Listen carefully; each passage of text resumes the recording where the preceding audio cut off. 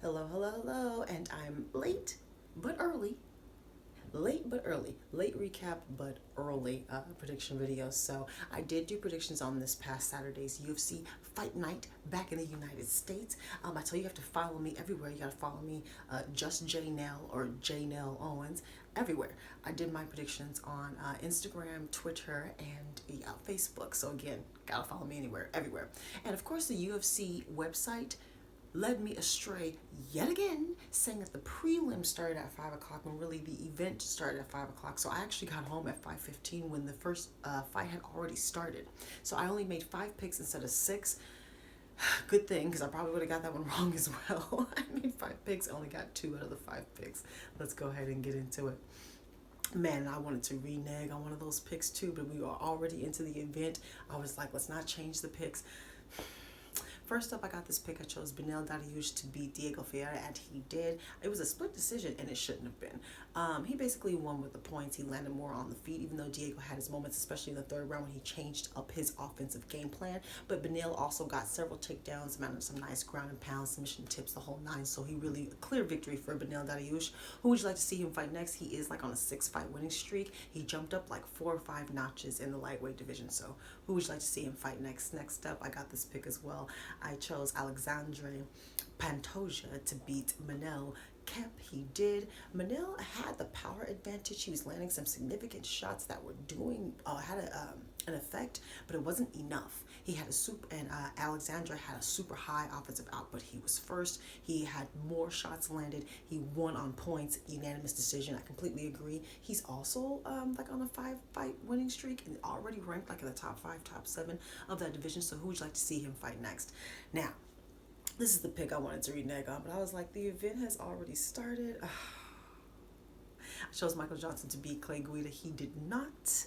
Clay Guida won unanimous decision. He won all the rounds. He got Michael Johnson had some success in the beginning of the first, but Clay Guida, quite frankly, was down to throw some hands. I think Michael just thought he would go for takedowns, and he did not. He did a good job of mixing it up and then eventually getting those takedowns, but he kind of got the best of the stand-up game as well. I believe he's 40 years old. Looks like he definitely still has something left in the tank.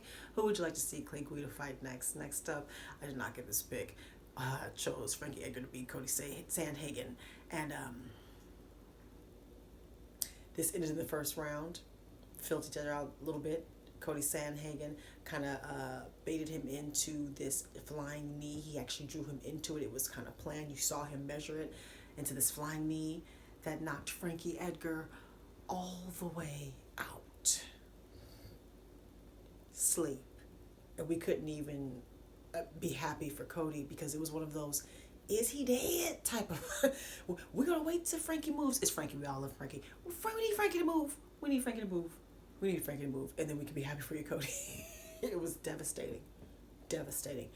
Great win for Cody Sandhagen, who just had that minor setback with Aljamain Sterling. So he's right back on track. I think was already ranked like number 3 or something like that. So he's right there in the title contention.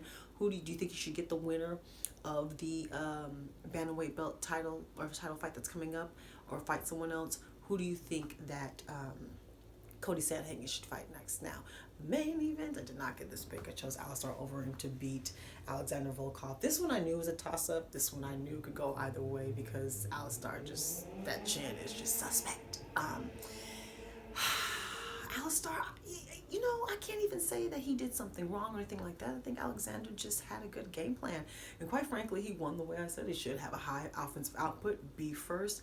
He you fight behind the jab, you could create your opportunities, and he did. This did go into the second round where he landed a flurry of shots. The last one just almost knocked him out completely on his feet. It knocked him to all fours. It was clearly over. The ref stopped the fight. There was no need for any ground and pound. This was a great win for Alexander Volkov. Who do you think he should fight next? Now, on to UFC 258 prediction video. I said I was early on something, so let's go ahead and get into this. I'm going to pick Julian Marquez to beat Maki Pitello. I'm going to choose Andre Ewell to beat Chris Gutierrez, and this one I'm going back and forth. This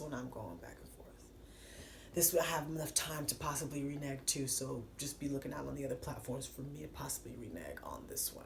But I am going back and forth right now, Andre. Next up, I am choosing So many names. I don't know why I keep forgetting Kelvin. Kelvin, you need to get back on track, baby, so you can get back on my radar. I'm choosing Kelvin Gastelum to beat Ian Heinix. I always say it wrong. I'm so sorry for that. But it should be a good fight as well. And Ian has the reach advantage. Kelvin, you kind of made some silly mistakes in your last loss. Kind of got overconfident. You got kind of lazy in your defense. So I'm looking for you to get back on track. You're in a hard division. You can't afford to make mistakes or to be lazy in your defense or be overconfident. You can't afford any of that in your division.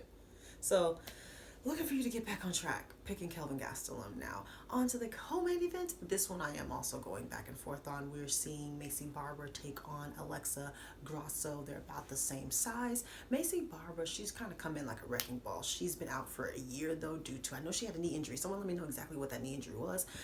Alexa Grasso, I believe, just has sharper boxing and stand-up period. I think she has more diversity with her stand-up. However, if she's not first, Macy, again, like she's like a wrecking ball, downhill snowball, and she has the power advantage.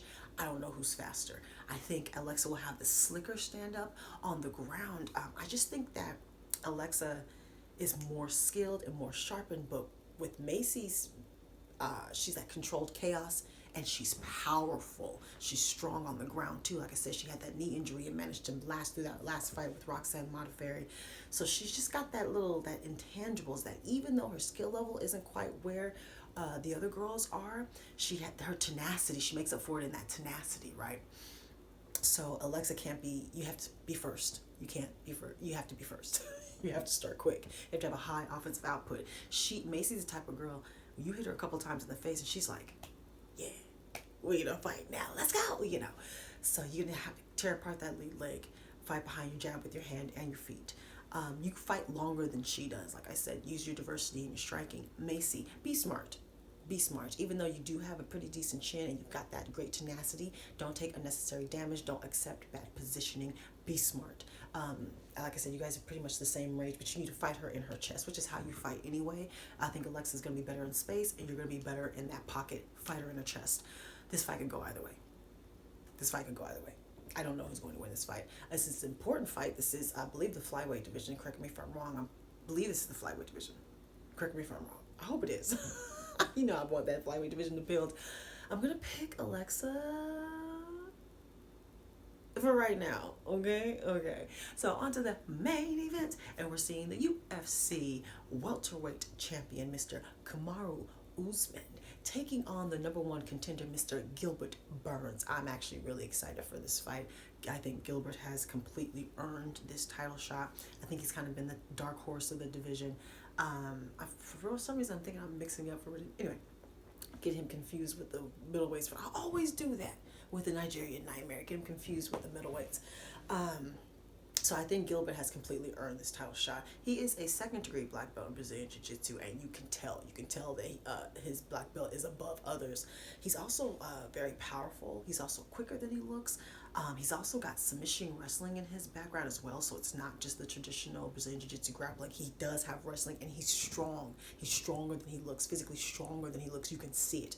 You definitely saw it in the fight with Tyron Woodley, where he didn't just box him on the feet, he out wrestled him on the ground as well. He was stronger than him, even though Tyron seems to be in a different place. We'll just keep it like that.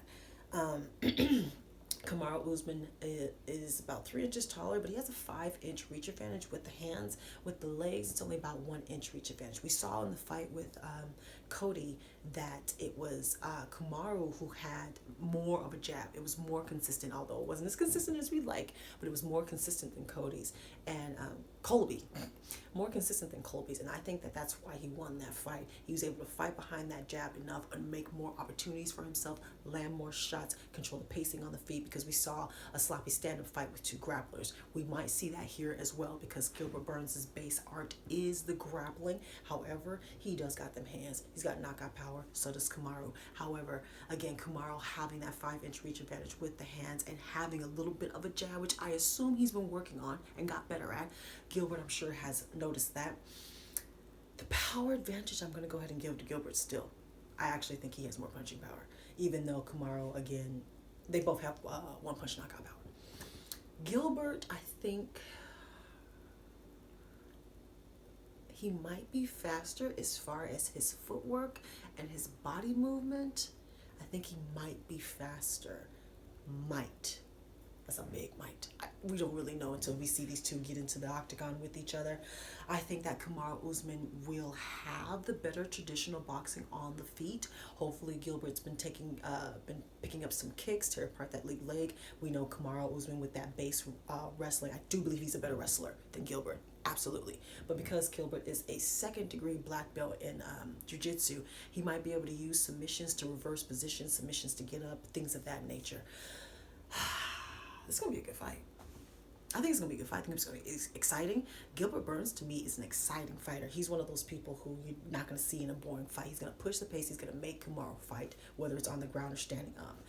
If Kamaru doesn't fight a smart fight, he could lose this fight. He could get caught in a submission, and he could, I feel like, oh, that's my hair. I'm like, is that a fly? It's my hair. My Beyonce birthday hair. By the way, my birthday just passed, February 1st. You guys know that. So I had the Beyonce birthday hair on my shoulder. Anyway, so it's going to be a really good fight. I'm going to stick with the champ because I don't know who's going to win. So for me, when I really don't know who's going to win, I kind of lean towards the champ, especially when the champion is so solid. Kamaru Usman is very solid. I do have a question, though. Did he have any more surgeries? He's had little nagging injuries, foot injuries, and all of that. Has he had any more surgeries since we last seen him? That is my question. But I am going to pick Kamaru Usman, sticking with the champ now. Yeah, talked about a lot there. Let me know how you did on your picks for the last UFC fight night that just passed, which was a great event. Let me know all of your picks for the upcoming UFC pay-per-view 258. Another great event with the title on the line, y'all. Follow me on Facebook, Twitter, Instagram, Snapchat, everywhere, because when I don't get my picks out on YouTube, I do get them out, even if it's a little late, as we saw. So I do get them out. You got to follow me everywhere. Please like the video. And if you haven't subscribed, please subscribe, like, subscribe, and follow me. I forgot what my whole little sign off was. It's very late. Talk to me. Take care.